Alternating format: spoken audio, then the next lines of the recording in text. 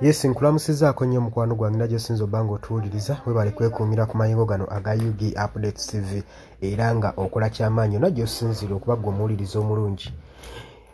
Mwami Yoweri Kaguta Museveni yeetondedde ekibiina kya National Unity Platform kwebyo ebyaliwo e Kawempe ku bio elections ku violence ezagenda mu maaso n'okuba nga zirabibwako. Mwami Yoweri Kaguta Museveni avuddeyo ne yeetondera ekibiina era n'asuubiza n'okukola bino wammanga ng'omukwano gwange ali eyampuliriza. Oli ku UG Updates TV gwatannatweyungako kirira wansi waliwo ekigambo subscribe kikoneko ojja kuba ng'osobola bulungi nnyo otwegattako gwe mukwano gwange ali eyampuliriza. Abali mu diaspora mbalamusizaako nnyo mukola kyamaanyi nnyo okwekuumira ku mayingo gano.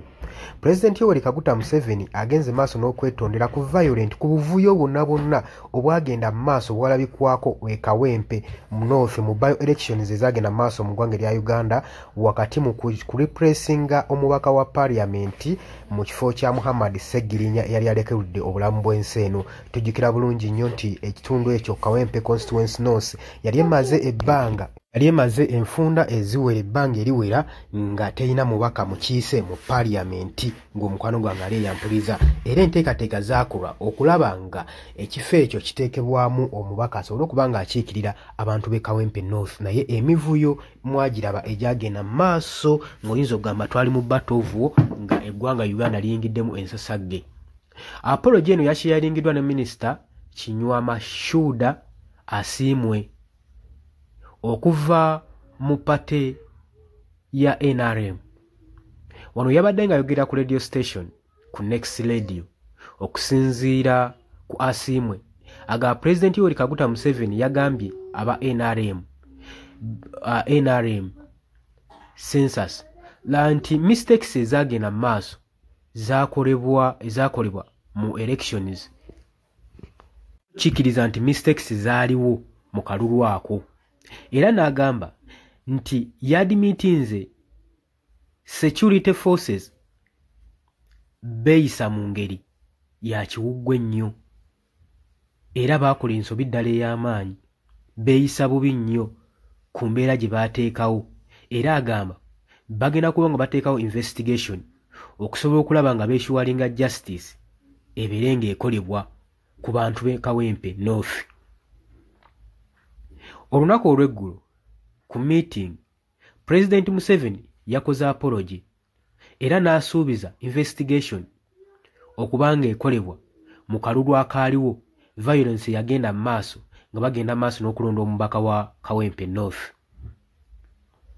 Era tujjukira bulungi nnyo Kawempe North by elections yafuuka chaos mu budde obwo mu ggwanga lyattu Uganda. Abalonzi bangi ab'opposition n'abawagizi bangi bakiraiminga nti gavumenti yakozesa force osobola okulaba nga bacontrollinga areas n'okuinfluencinga results ezaava mu kalulu ka Kawempe North. NRM yeegamba heavy security yali yeetaagisa okusobola okulaba nga bapreventinga violence, naye opposition ekintu kyetakkiriziganya nakyo. National Unity Platform ekulembirwa Robert Kyagulanyi Ssentamu manyikiddwa nga Bobi Wine bo bagenda maaso n'okunenya Electoral Commission ku process gye yateekawo. Aba lawyers ab'ekibiina kya National Unity Platform Benjamin Katana yalumiriza gavumenti okubanga bino byonna yali ebipulaninze violence obuvuyo bwonna obwagenda maaso mu by elections ez'e Kawempe yali ezipulaninze. Era agamba nti ba security officers ne ba Residence District Commissioners ba RDC n'abo ba ministers bakozesa gangs okusobola okulaba nga baataakinga ba voters abalonzi baabwe naddala aba opposition ne ku agent abaali banoonyeza opposition obululu. Era agamba ba journalist bannamawulire baakubwa nnyo era ne bastoppingibwa okuba nga bakavalinga electoral fair. Era akalulu ka Kawempe North bannamawulire tebaakapicalingirwa mu ngeri eri fair era tewaaliwo mazima na bwenkanya. Ng'ogyeko nti gavumenti yeetonda nuupu eyongera maaso n'okuba nga ye ekowoola olwa justice wabeerewo obwenkanya ku byagenda maaso mu kalulu k'e Kawempe North. Robert Kyagulanyi Ssentamu party leader yagambye abavubuka basobole bagende maaso n'okuba nga bamuleke ye agende maaso n'okulwanirira freedom ne demokrasia. Era yagenze maaso n'okubiriza basigere nga bayimiridde nga bali ku kintu kye balwanirira ekituufu.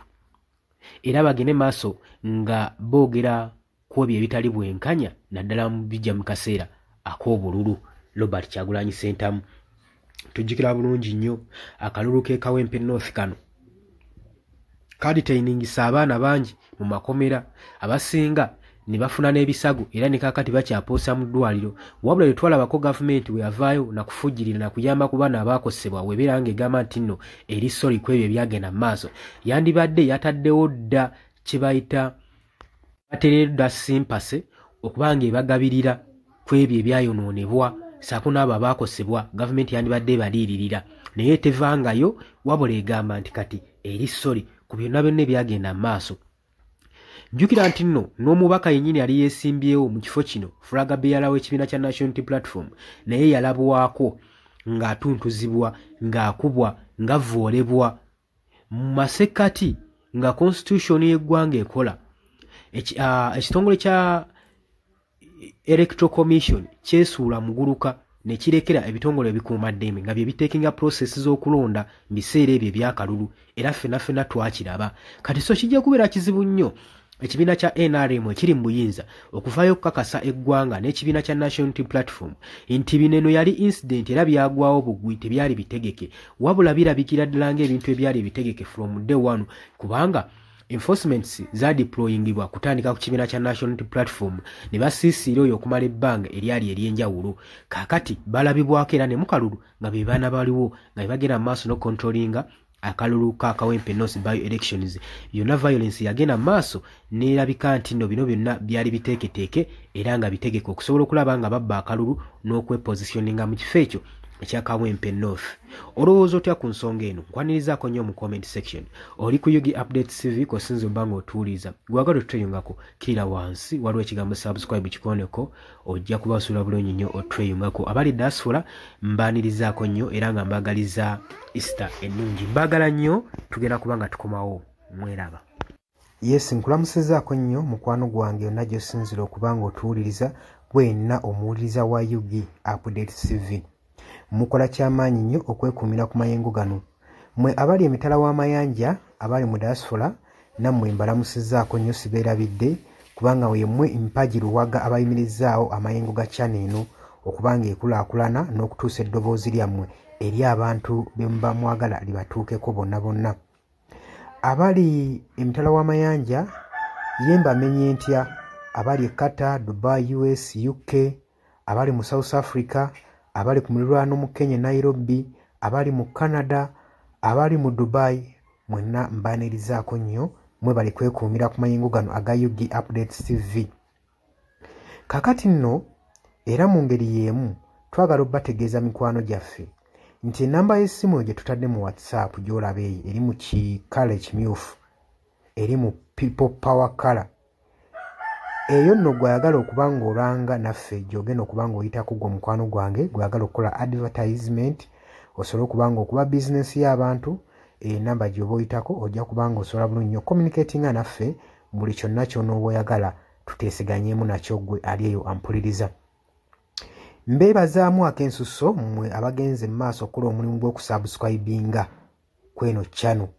Buli w'osubscribinga kimanye nti oba oyongeddeko eddaala kweno channel. So mmwe mbeebazaamu ak'ensusso, nammwe ababyagaliza ab'enganda bako n'ab'emikwano mbakubiriza okusubscribinga ku Yugi Updates TV. Mukolera ddala ekintu ky'amaanyi. Weewaawo naawe gwe atannaba kuba ng'otwegattako nga oliko gwe atuwuliriza, osobola okugenda wansi awo waliwo ekigambo subscribe n'okikoonamu, ojja kuba ng'osobola bulungi nnyo otwegattako. Buli w'osubscribe nga kitegeeza oba ogenda kuba ng'ofollowinga buli kyonna ekigenda mu maaso ekikolebwa ku mukutu guno ogwa Yugi Updates TV. Kitegeeza ki? Nti gwe ayagala okuba ng'otufollowinga, bw'oba omaze okusubscribinga teweerabirako na mukadde, genda wansi wali okoonene mukadde osobola okuba ng'ofuna notification message. Buli w'okoona mukadde wabeerawo ka notification message akajja akakulaga nti nno waliwo information erinkinze ku Yugi Updates TV gwe mukwano gwange ali eyo mpuliriza. Ng'era we mbebazizza ekyensuso nammwe abajja mu comment section mbebaza mwabajja ne mukomentinga ne muteekako endowooza yammwe eri eggwanga ne mulitangaaza kubanga njagala mukitegeere. Lwaki mbakubiriza nnyo okujja mu comment section otangaaze omukulembeze ku kyekituufu kyateekeddwa okukola. Bangi tubalonda bulijjo ne tulowooza nti nno be basinga mu basinga. Leka kulonda mukulembezeewo oba mubaka we agenda obbakulembera gwe nolowooza nti nno buli kimu agenda kuba akyemalirira. Kimanye nti nno omulonze bulonzi mukulembeze kukulembera oba kukulembera kitundu kyammwe. Mmwe bagenda okukulembera yemmwe bagenda okuba nga akiikirira bukiise eri yonna yonna mu gavumenti. So si tekyandibadde kya bwenkanya omulekera obuvunaanyizibwa n'otamu advisinga. Ky'oba olaba mbakubiriza okujja mu comment section muteekewo endowooza zammwe musobole okutangaaza ku bakulembeze bammwe ku biki ebituufu byateekeddwa okukola. Bangi tubalonda bulijjo ne bagenda mu parliament nga babadde bantu balamu ne batuukeyo ne bawuttaalirayo. Kitegeeza ki? Nti olina okuba nga buvunaanyizibwa bwo okuzuukusa omubakawo oba olaba nga yeebase gwe mukwano gwange ali eyampuliza. Ne ntumirako nammwe abalwanira eddembe ly'enkyukakyuka mu ggwanga lyattu Uganda mukola kyamaanyi nnyo okulwanirira enkyukakyuka. Gwali yeebase ng'ebintu tobiraba obanga olabanga ebitakukwatako bijja tuuka ekiseera bikwateko. Wabula ate gwe nkuzaamu amaanyi agenda mu maaso n'okuyiwawo omubiri ng'olwanirira enkyukakyuka. Bannanga abantu abo mubeebazeemu ak'ensuso kubanga bakola kyamaanyi nnyo obbaliidinga n'obbakulemberamu n'okubalaga ki ekituufu ekisaanidde okukolebwa. Mukimanye mu nsi bwe tuba tubaako bye tulwanirira oba bye tuluubirira si lwakuba nti nno tukolerera oba abasinga bayinza olowooza nti omuntu ogenda mu maaso n'okuba nga alwanirira enkyukakyuka alina bye yeeyagaliza nga ye omuntu. Kino njagala okukibategeeza nti mu kulwana ebiseera ebisinga weewaawo tetufuna ekyo kye tuba twagala kye tuba tuluubirira. Naye okulwana tusuubira wano mu kulwana tuba n'essuubi nti tusobola okufuna ekyo ekitugwanira. Kati naawe mukwano gwange ali eyo alwanira enkyukakyuka kino kankikutegeeze wandibanga nno oli eyo olwana nga tumanyiddwe ogenda kifunamu weewaawo oyinza obutafuna ekyo ky'oyagala naye osobola okufuna ekyo ky'ogwanira. So tulwana olw'enkyukakyuka nga tulwanirira okufuna ekyo kye tugwanira. Kati gwe mukwano gwange ky'ofuna kye kiggwanira eyo gy'oli wandibanga ky'oyagala okifuna naye kye kiggwanira. Bangi mugenda ne muwambatalira eyo mu bibiina by'obufuzi ne babafujjirira omusimbi. Yesi ssente ozifuna bazikuwa era obulamu bwo bweyagala naye okakasa ekyo kye bakuwa kye bakufujjirira mu kabaasa kye kiggwanira. Ebiseera ebisinga ffe tetulwana olw'okuba nti no twagala kufuna ebyo bye twetaaga. Nedda wabula tutunuulira nnyo pointi eno nti kye tugenda oba kye tulwana kyenfuna kyengwanira. Mutuufu ogenda n'oweetunulamu n'olaba nga kyofuna si kyokola ki si kyogwanira nga gwe munnansi. Ky'oba ovaayo n'embavu osobole okuba nga olwanirira enkyukakyuka gwe mukwano gwange ali eyampuliriza.